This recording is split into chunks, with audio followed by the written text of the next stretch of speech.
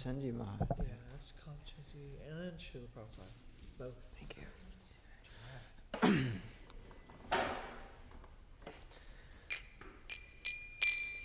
Jaya Radha Madhava Kunja Bihari.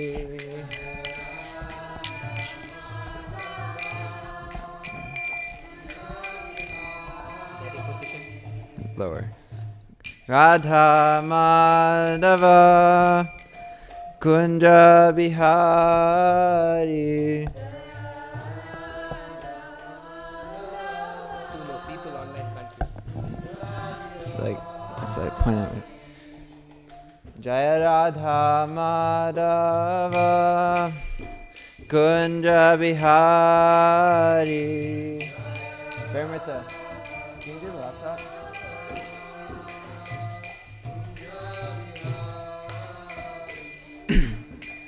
Gopi Janavalabha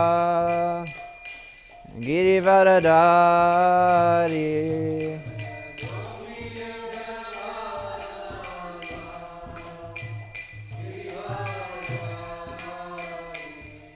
Jaya Gopi Janavalabha Girivaradari.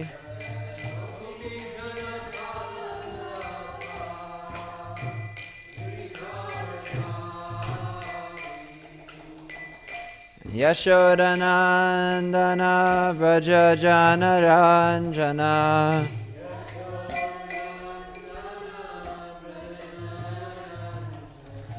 Yashodanandana Vraja Janaranjana.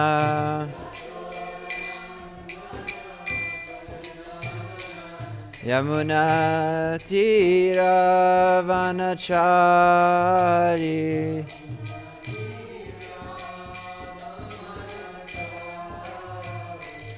Yamuna Tira Vanachari.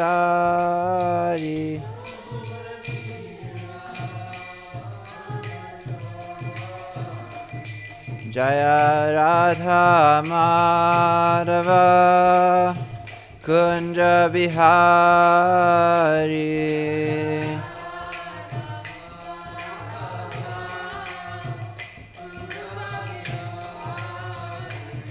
Jaya Radha Madhava Kunja Bihari.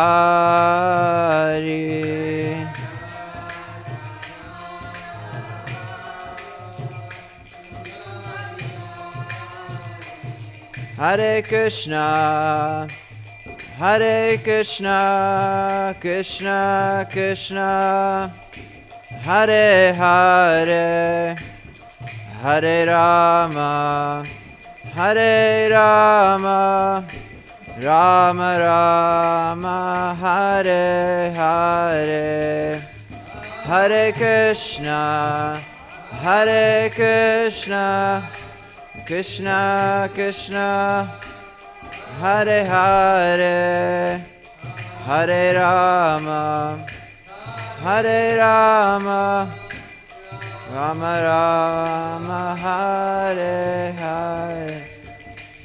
Hare Krishna, Hare Krishna, Krishna Krishna, Hare Hare, Hare Rama, Hare Rama, Rama Rama, Hare Hare.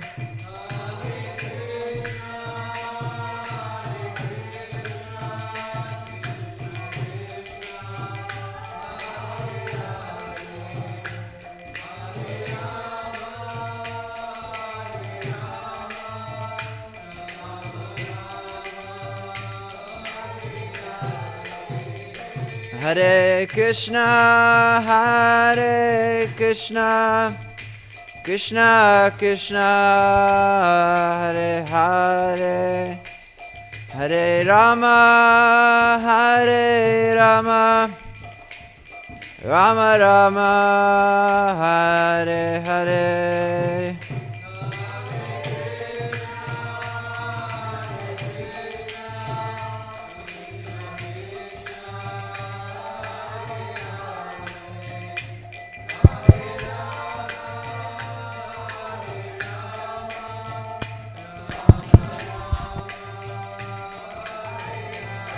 Jaya Jaya Prabhupada, Prabhupada, Prabhupada, Jaya Prabhupada.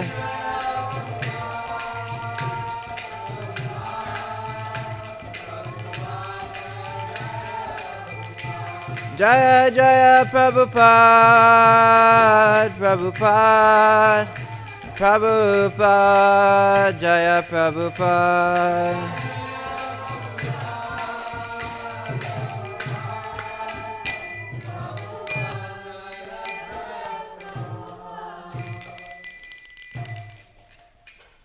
Srila Prabhupada ki jai. Srimad Bhagavatam ki jai. Shri Shri Radha Kalachandji ki jai. Good morning, everyone. Welcome to this morning's Srimad Bhagavatam class. We can get right into it. Om Namo Bhagavate Vasudevaya.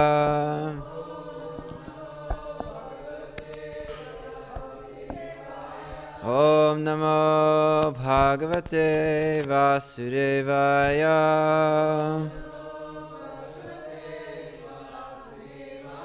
Om Namo Bhagavate Vasudevaya. We can recite these together. Narayanam namaskritya naram chaiva narottamam devim saraswatim vyasam tato jayamudirayat. We're reciting this Srimad Bhagavatam, which is the very means of conquest. One should offer respectful obeisances unto the personality of God. Narayan Rishi, supremest human being, unto Mother Saraswati, as of learning, and unto Srila Vyasadeva, the author.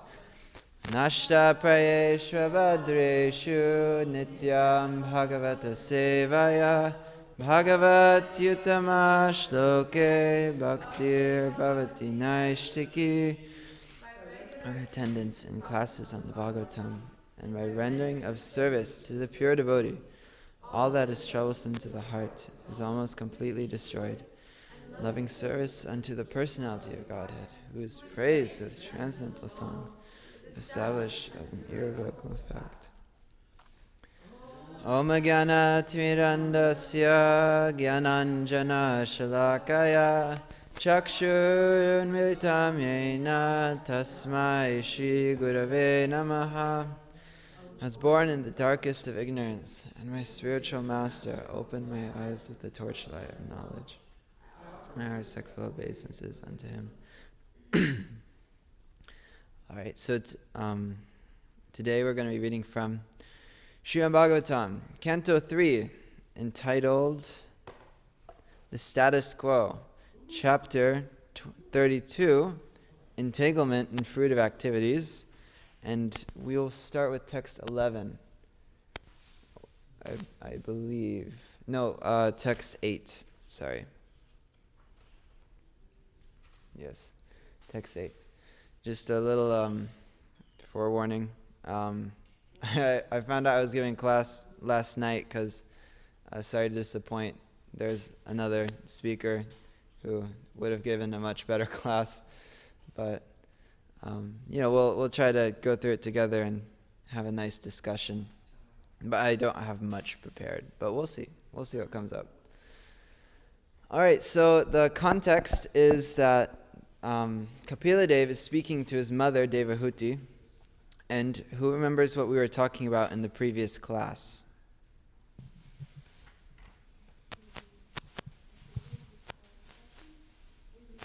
Can you use the mic? I can't hear you.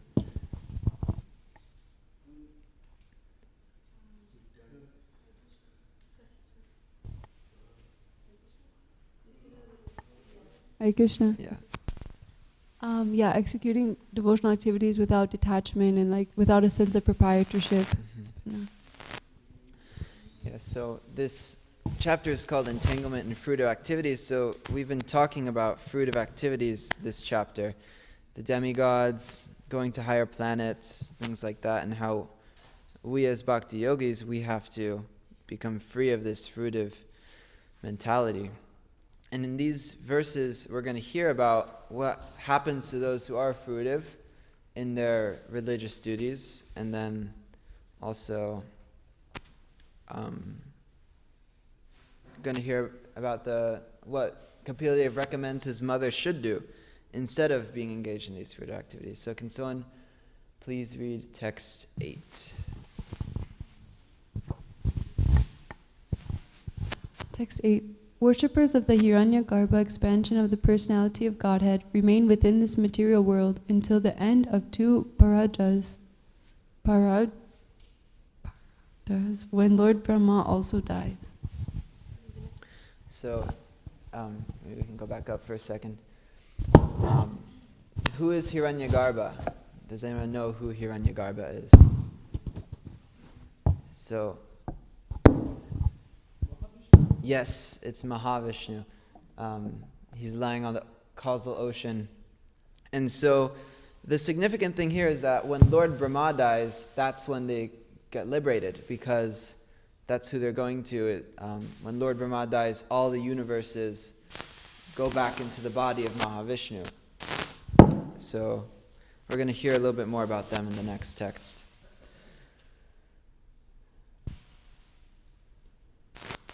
Text 9. After experiencing the inhabitable time of the 3 modes of material nature, known as the two paradas, Lord Brahma closes the material universe, which is covered by layers of earth, water, air, fire, ether, mind, ego, ethic, and goes back to Godhead. Jai, thank you. So Brahma, he lives out his full lifespan, and this is specifically talking about Brahma who's a devotee. Sometimes in different universes, Brahma doesn't necessarily go back to Godhead. It's described how we go through millions of life forms, from the ants to Lord Brahma. And so I believe that Brahma in this universe, he is a devotee, and he has these pastimes with Krishna and things like that. So next verse, please. The yogis who become detached from the material world by practice of breathing exercises and control of the mind reach the planet of Brahma, which is far, far away. After giving up their bodies, they enter into the body of Lord Brahma, and therefore, when Brahma is liberated and goes to the Supreme Personality of Godhead, who is the Supreme Brahman, such yogis can also enter into the kingdom of God. Alright, so this is kind of interesting. These are Ashtanga yogis. They're practicing breathing to control the mind. And they enter into the body of Lord Brahma. And then they become liberated. Is this...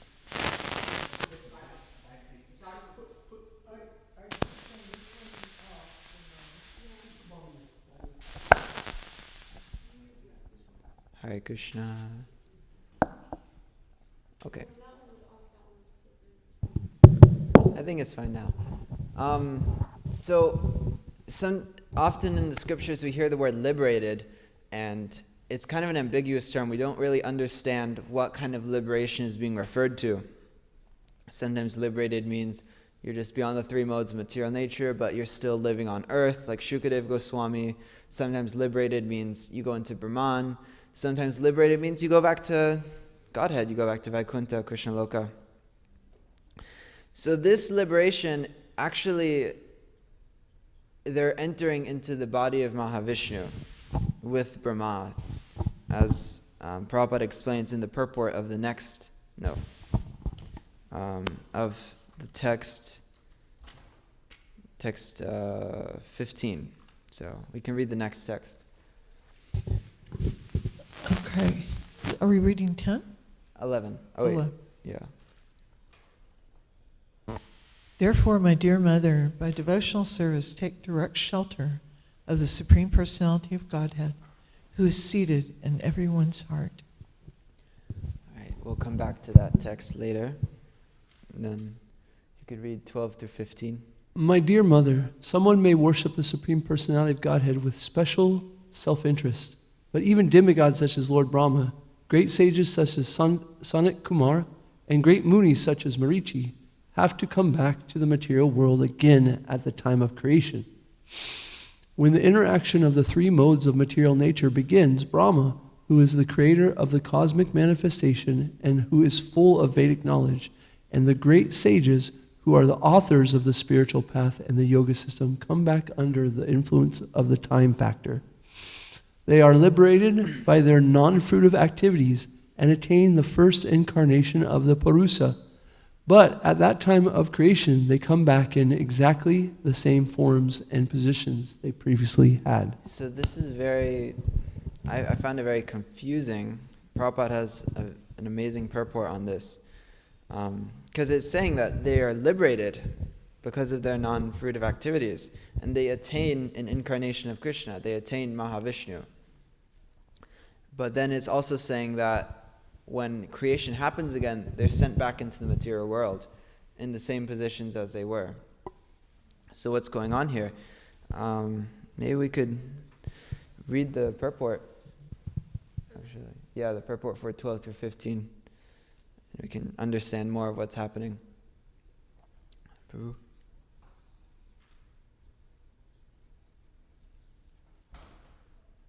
Want to read purport? Yeah, purport. Okay. That Brahma becomes liberated is known to everyone, but he cannot liberate his devotees. Demigods like Brahma and Lord Shiva cannot give liberations to any living entity. As it is confirmed in Bhagavad Gita, only one who surrenders unto Krishna, the Supreme Personality of Godhead, can be liberated from the clutches of Maya. Brahma is called here Adhya Sthira Charanam. He is the original, first created living entity. And after his own birth, he creates the entire cosmic manifestation. He was fully instructed in the matter of creation by the Supreme Lord. Here he is called Veda Garbha, which means that he knows the complete purpose of the Vedas. He is always accompanied by such great personalities as Marichi, Kashyapa, and the 7 sages, as well as by the great mystic yogis, the Kumaras, and many other spiritually advanced living entities. But he has his own interest, separate from the Lord's. Bheda Drishtya means that Brahma sometimes thinks that he is independent of the Supreme Lord, or he thinks of himself as one of the 3 equally independent incarnations. Brahma is entrusted with creation, Vishnu maintains, and Rudra, Lord Shiva, destroys. The 3 of them are understood to be incarnations of the Supreme Lord in charge of the 3 different material modes of nature. But none of them is independent of the Supreme Personality of Godhead. Here, the word Bheda Drishtya occurs because Brahma has a slight inclination to think that he is as independent as Rudra. Sometimes Brahma thinks that he is independent of the Supreme Lord, and the worshipper also thinks that Brahma is independent. For this reason, after the destruction of this material world, when there is again creation by the interaction of the material modes of nature, Brahma comes back. Although Brahma reaches the Supreme Personality of Godhead as the first Purusha incarnation, Mahavishnu, who is full with transcendental qualities, he cannot stay in the spiritual world. Alright, so this first paragraph kind of summarizes the whole explanation. Basically, they don't go back to Godhead, they go to Mahavishnu. And we're hearing this point that you can't worship the demigods to go back to Godhead. And even Brahma. And then Prabhupada is saying that sometimes Brahma sees himself as independent, sometimes he sees himself as separate. And then sometimes his worshippers also see him as independent or separate from Krishna, from Vishnu. And so because of this slight tinge, either in his worshippers or in himself, they actually can't stay with Mahavishnu. They have to go back to the material world. So this is kind of going to be one of our themes of this class, is that how to be liberated, how to actually be liberated. Because we're seeing that if there's any tinge of independence or monism, wanting to be one with the Lord or something like that, you actually can't get free from the cycle of birth and death. All right, we can read a few more texts. Text 16, please. Before we read that, I think Hiranyagarbha is Lord Brahma. And Prabhupada also mentions in the purport. Yeah, Hiranyagarbha is a manifestation within the material world. He is not Mahavishnu. And the returning of all the spirit souls into Mahavishnu here is basically the total annihilation. Two pararthas means two halves of Lord Brahma's life. At the end of two halves, they go into the body of Mahavishnu and then come back again when the next creation starts happening. Okay, That's thank you. basically Thank you the for that clarification. Context. Okay, this is text 16. Persons who are too addicted to this material world execute their prescribed duties very nicely and with great faith. They daily perform all such prescribed duties with attachment to the fruitive results. Okay, next text, please. Such persons impelled by the motive passion are full of anxieties and always aspire for sense gratification due to uncontrolled senses. They worship the forefathers and are busy day and night improving the economic condition of their family, social or national life.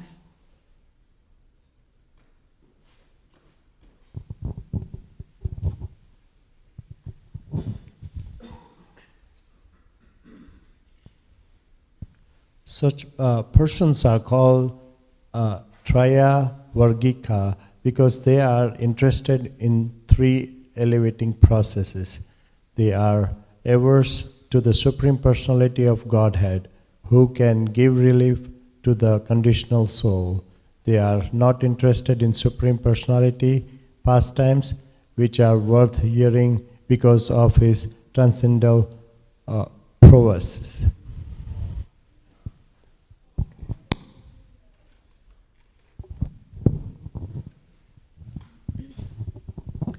Such persons are condemned by the Supreme Order of the Lord because they are averse to the nectar of the activities of the Supreme Personality of Godhead. They are compared to stool-eating hogs. They give up hearing the transcendental activities of the Lord and indulge in hearing of the abominable activities of materialistic persons. Okay, so we're hearing more and more about these people who are more attracted to demigod worship and more attracted to pious activities and rituals than they are to actually developing love of God, Krishna. Can you read the next text, please? Such materialistic persons are allowed to go to the planet called Pitraloka by the southern course of the sun, but they again come back to this planet and take birth in their own families, beginning again the same fruitive activities from birth to the end of life.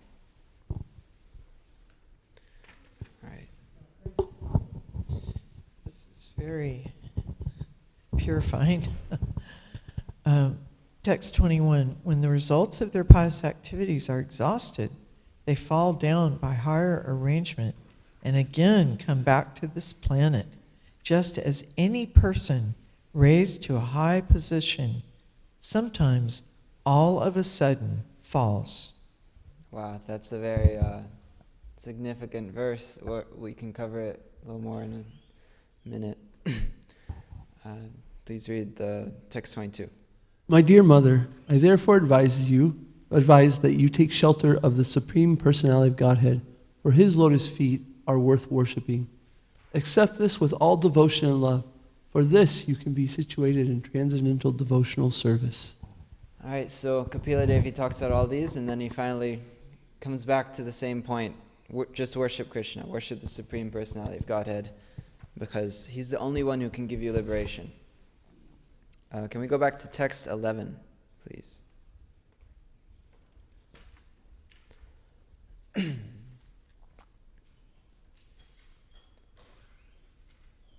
So I want to see if you guys recognize any of the words here.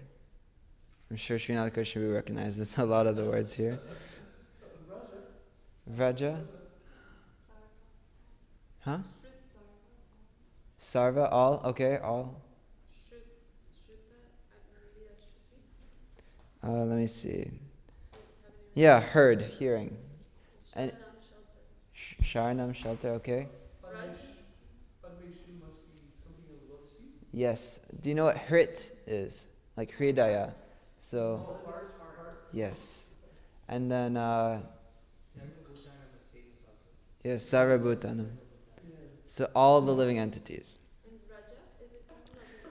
No, actually, we'll see. Does anyone know this verse? Saradharman parityaja mamekam sharanam vraja. So we'll cover that in a second. Atatam sarvabhutanam hritpadmeshu kritalayam shutan bhavam sharanam shutanubhava sharanam Raja bhavena bhamini. One more time. Atatam sarvabhutanam hrit padmeshu kritalayam shutanubhavam sharanam Raja bhavena bhamini. Please chant. Atatam sarvabhutanam hritpadmeshu kritalayam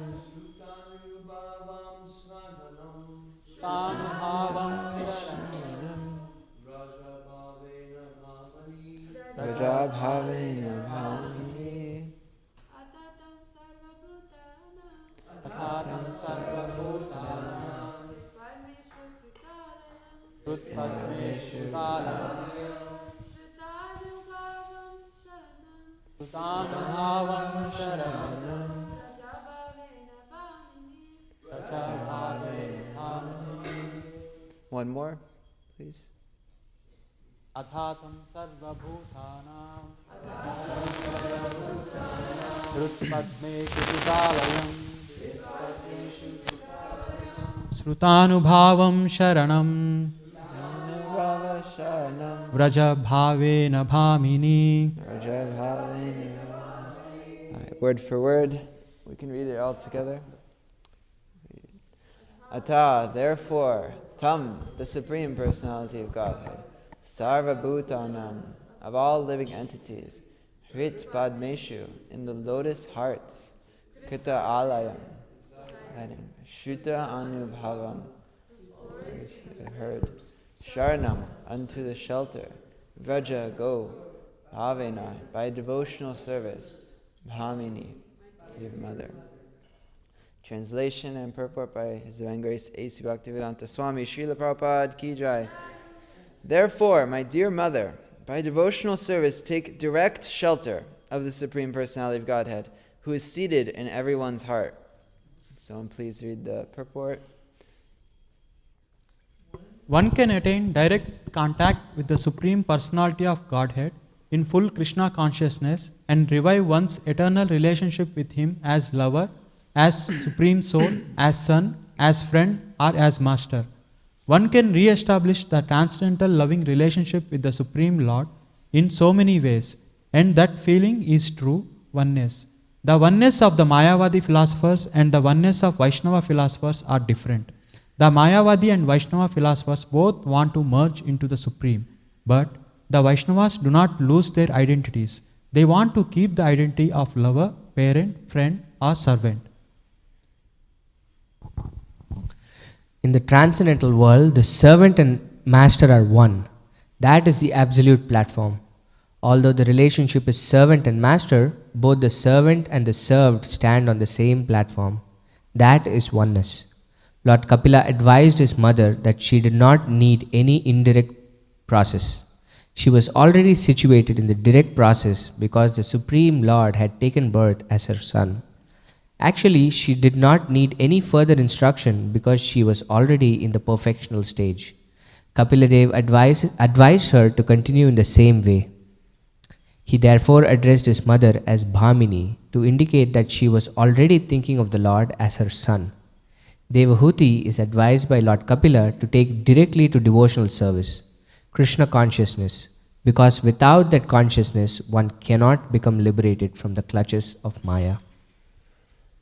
Alright, Right, Srila Prabhupada ki jai.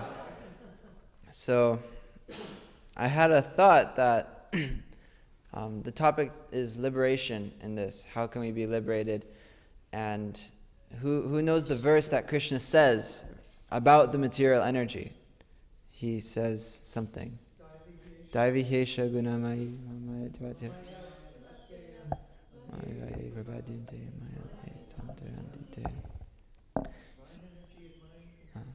Three modes of material nature is difficult to overcome, but those who have surrendered unto me can easily cross beyond it. So we're wondering, how can we get liberated? How can we break free from these three modes of material nature? And something that we're seeing is that it's not by our own efforts. It's not by our own endeavor, really. We see that people are, they're trying to do this ritual, trying to do that ritual. They're trying to worship this demigod. They're trying to, they're coming up with all these ways of trying to reach liberation on their own. And but what does Krishna say? He's just surrender unto me. And I guess we can talk about what does this mean to surrender. If we understand from the previous verse we read, it's saying that you can fall down from any position. You can be Lord Brahma, you can fall down. You can be in the heavenly planets, you can fall down. Even you can be a great devotee, and still there's always that danger of falling down, because Krishna says, this divine energy of mine, it's impossible to overcome without surrendering unto me. And we can see this, that there are many examples of people falling down because of pride. Pride is it's very dangerous to our spiritual life.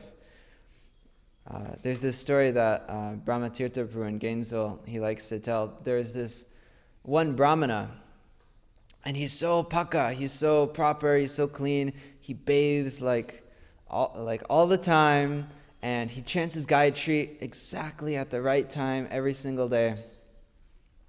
Except one day, he ate a little too much. He had too much to eat, and then he passes out. He's knocked out. He's asleep. And the Sandhya's coming up, and he has to chant his Gayatri, but he's asleep. So what's he going to do? And then someone wakes him up. And then he wakes up, and he's like, oh my God, I have to chant my Gayatri. Thank you for waking me up. And then he sees who woke him up, and it's Kali personified. And you're kind of like, why would Kali wake him up to chant his Gayatri? Yeah, like Kali personified. And the reason why that I heard from is because he says, why did you wake me up? And he says, because maybe if you chant this Gayatri mantra, if you stay on top of it, you will never become humble. You'll never have your pride shattered. And, maybe once you realize that you don't have it all under control, maybe then you'll actually chant with sincerity once. So I found that story very profound. That, spiritual life, it's not based on our own endeavor. It's actually Krishna. He's the only person who, out of his own causeless mercy and his desire, he can take us out of this divine energy of his. We see that Krishna, in Krishna Lila, he uses this demonstration of the gopis. The gopis are far beyond any of us. They're perfected, they're pure, but as an example to teach us, in the rasa dance, as soon as there's that tinge of pride, suddenly Krishna's gone. And Krishna leaves them. What does this mean? This means that we have to recognize who is keeping us afloat, who is supplying us, who is allowing us to even make spiritual advancement. And it's very nice. We can see that those moments where we do get humbled, where Krishna does leave us, it's not something negative, it's actually his mercy upon us.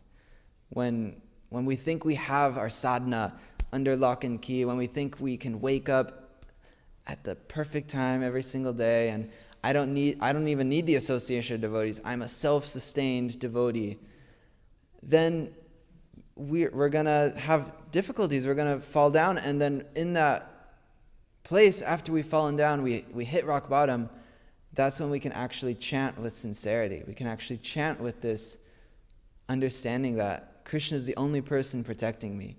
Krishna, I need the devotees. I'm not strong enough to chant without the devotees. We see this word, Sharanam Vraja. He's saying, take shelter. It's not, build yourself up until you reach me. It's, you are being protected by me. You're taking shelter. The material energy is like a hurricane, but I'm your shelter. I was thinking before, everyone wants to do great things. Everyone wants to, do something big for Krishna. Prabhupada says, you're an American, you should do something big for Krishna, because that's what Americans do. But Srila Prabhupada himself, he did the biggest thing, He spread Krishna consciousness throughout the entire world. He had 108 temples and thousands of disciples. But what was that thing he did before he started it all? What was his prayer before he even arrived in the U.S.? Does anyone know what Srila Prabhupada was praying? Yes, make you dance. And also he says, I don't know why you've brought me here. I'm unqualified. That's the thing, is when we feel that we're unqualified, that's actually our greatest qualification. Krishna will actually empower us when we have this prayer of, everything is depending on you. I have no power myself. Everything's depending on you. I can't organize my spiritual life in such a way that I'm perfectly, making it steady advancement. I need your help. I need the devotees' help. I need Srila Prabhupada's help. I need my guru's help. And only then, when we can actually receive this humility, then we can do big things. Because we can see that Krishna, he does make his devotees do amazing things. Like Prahlad Maharaj, he's the king. Dhruva Maharaj gives up everything, goes to the forest, and then Krishna says, you're the king now. I want you to actually rule. Why? Because their hearts are clean, their hearts are pure. If we have pride, Krishna is not going to give us something that will cause us to fall down. He's not going to, as long as we have this pride, it's going to block us from taking full shelter. It's going to block us from, any achievement that we do. You lead a nice kirtan, you give a nice class or something, you're going to say, oh, that was me. That was all my own endeavor. But what we should actually do is we offer it back. We say, this is from the mercy of Krishna, this is from the mercy of my spiritual master, the mercy of Srila Prabhupada. And so because Srila Prabhupada had this prayer of, I'm unqualified, please protect me from falling down. The devotees once asked him, I believe in Los Angeles, I'm sure you all know this story, Prabhupada, what are you praying? I pray that I never fall down. So we should similarly have the same prayer, that we are not safe from Maya. We always have to be praying to be protected by Krishna. We also see Lord Brahma, he's about to create the entire universe. What a task. What does he first pray? Please, don't let me get entangled in my own creation. Please protect me, Krishna, please. And then Krishna gives him the facility to do his work. So I'm 5 minutes over for the questions time. I was a little bit slow in the preparation of the class, so sorry for being a little late. Any questions, comments, reflections? Mother Kunti? I want to go back to the purport, just to emphasize what you were emphasizing earlier. This is on the text. What is it? Oh, so many here. It's 12 through 15. Mm-hmm. And then we read the first paragraph, but I just want to read the first sentence of the second paragraph. Mm-hmm. The specific significance of this coming back may be noted. Brahma and the great rishis and the great master of yoga, Shiva, are not ordinary living entities. They are very powerful and have all the perfections of mystic yoga, but still they have an inclination to try to become one with the Supreme, and therefore they have to come back. And he goes on, the Srimad Bhagavatam, it is accepted that as long as one thinks that he is equal with the Supreme Personality of Godhead, he is not completely purified or knowledgeable, in spite of going up to the three Purusha avatar. In spite of going up to the first Purusha avatar, Mahavishnu, after the dissolution of this material creation, such personalities again fall down or come back to the material creation.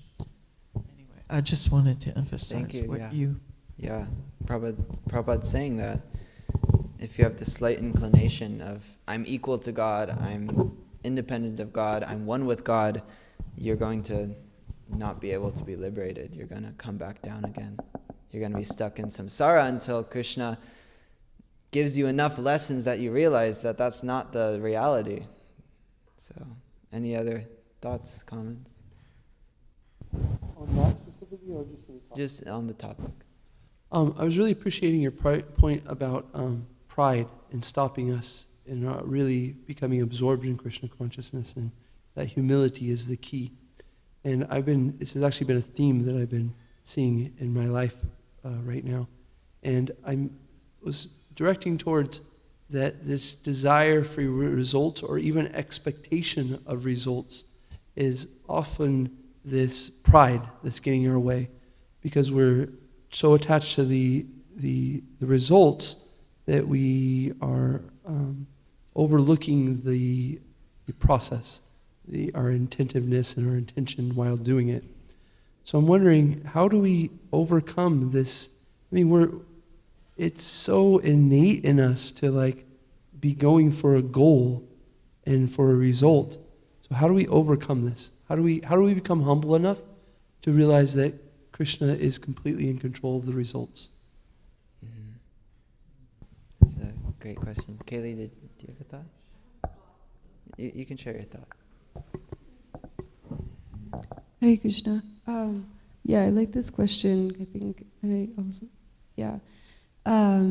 But I think with pride is mostly we just kind of want to be seen. I think most people, I don't think it becomes perverted when we make it perverted, but I think it's we really just want to be seen by each other. We want to be seen for the good works that we do.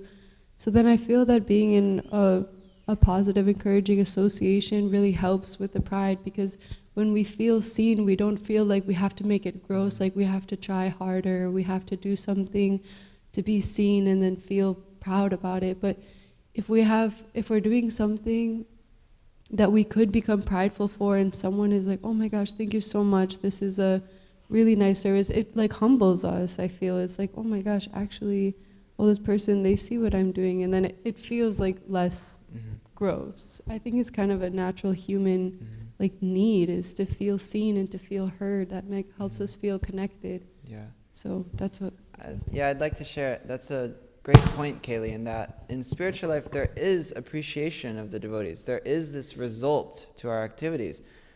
Krishna himself appreciates our activities, but our perspective has to be humble in the sense that I don't deserve this reciprocation. I don't deserve this result. Mother Urmila, she gives this analogy of how when you go to a store and you buy something for $10, you bring it home, and your friend says, "Oh, I got that for $5. You got cheated." And then the guy, he's very upset with that he bought it for $10. But if it's the other way around, you go to the store and you buy something for $5, and the person says, "Oh, I got that for $10. You're like, "Oh wow, I got a deal. I got a score. I didn't deserve that."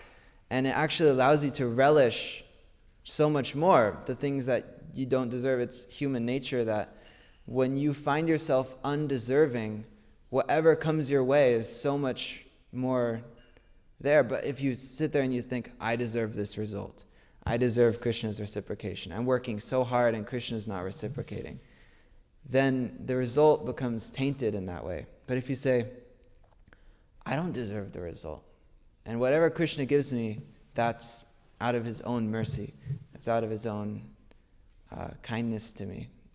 Maybe if that helps. Does anyone have any other thoughts? Gokulananda Prabhu, Srinath Krishna Prabhu.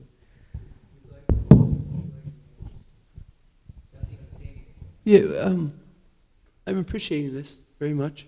I was also thinking when Kaylee was speaking that Srila Prabhupada say, she was mentioning about wanting to be seen. And Srila Prabhupada says, everybody wants to say, show me Krishna, show me Krishna. And he says, but do something in a way that Krishna will want to see you. Mm-hmm. So if we can get from this prideful, get away from this pride and absorb ourselves in this humility, and then do things in a loving way, then Krishna, the ultimate desire to be seen by Krishna, maybe we can get that. Krishna Prabhu? Yeah, with respect to the results at least, I think it's everything that you've discussed in the sense of how we do this activity with not something that I am doing but expecting the mercy of Krishna. But results are in a way how Krishna reciprocates. Mm-hmm. So if my spiritual master at least says, if you try to do something 6 times and it doesn't work, sincerely, it means Krishna doesn't really want you to do it. Right? You're trying really hard, you're trying sincerely, but then it doesn't happen, which means Krishna is indicating to us that, oh, that's not something I want you to do. That's a way that Krishna reciprocates also, isn't it? And the other thing I was thinking was the point about the Brahmana that you were saying. I really appreciated the point that you can do things like pakka and that could create pride in you. And that is the difference between a Vaishnava and a Brahmana, right? So the Vaishnava also does everything in a pakka manner, but it's just the consciousness of a Vaishnava is completely dependent on Krishna. It's not that as Vaishnavas we just don't do everything that the Brahmanas do. In fact, the Vaishnavas are much higher than the Brahmanas, so therefore they do everything that the Brahmanas do. What makes them higher is the dependency on Krishna, on the things that they're doing. Whereas the Brahmana is doing it as a matter of niyamagraha, like I'm doing it because I have to do it as a matter of following it in a ritual manner without really having that dependency, having that consciousness. So I really appreciated that. Yeah, and even if you don't check all of the other boxes, if you just have that dependence on Krishna, that's enough. Yeah.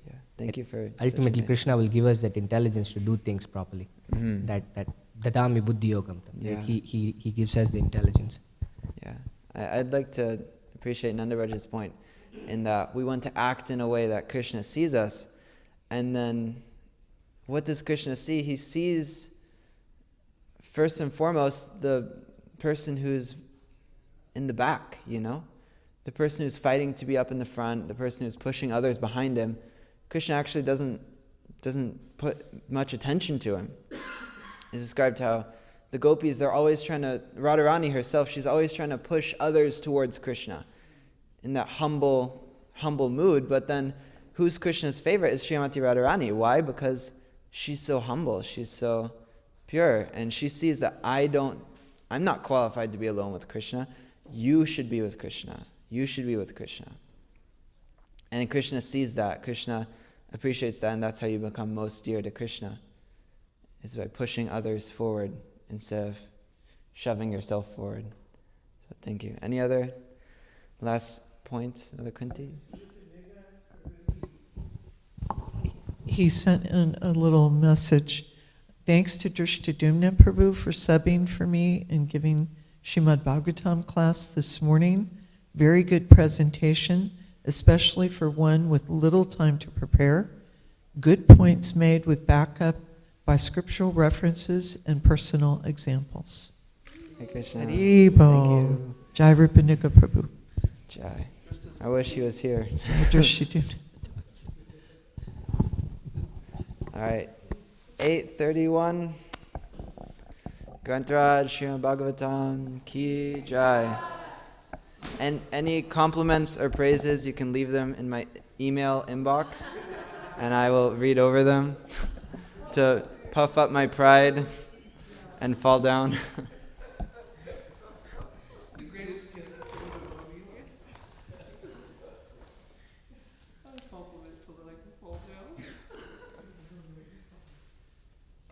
inner demon compliments people so that I can get puffed up.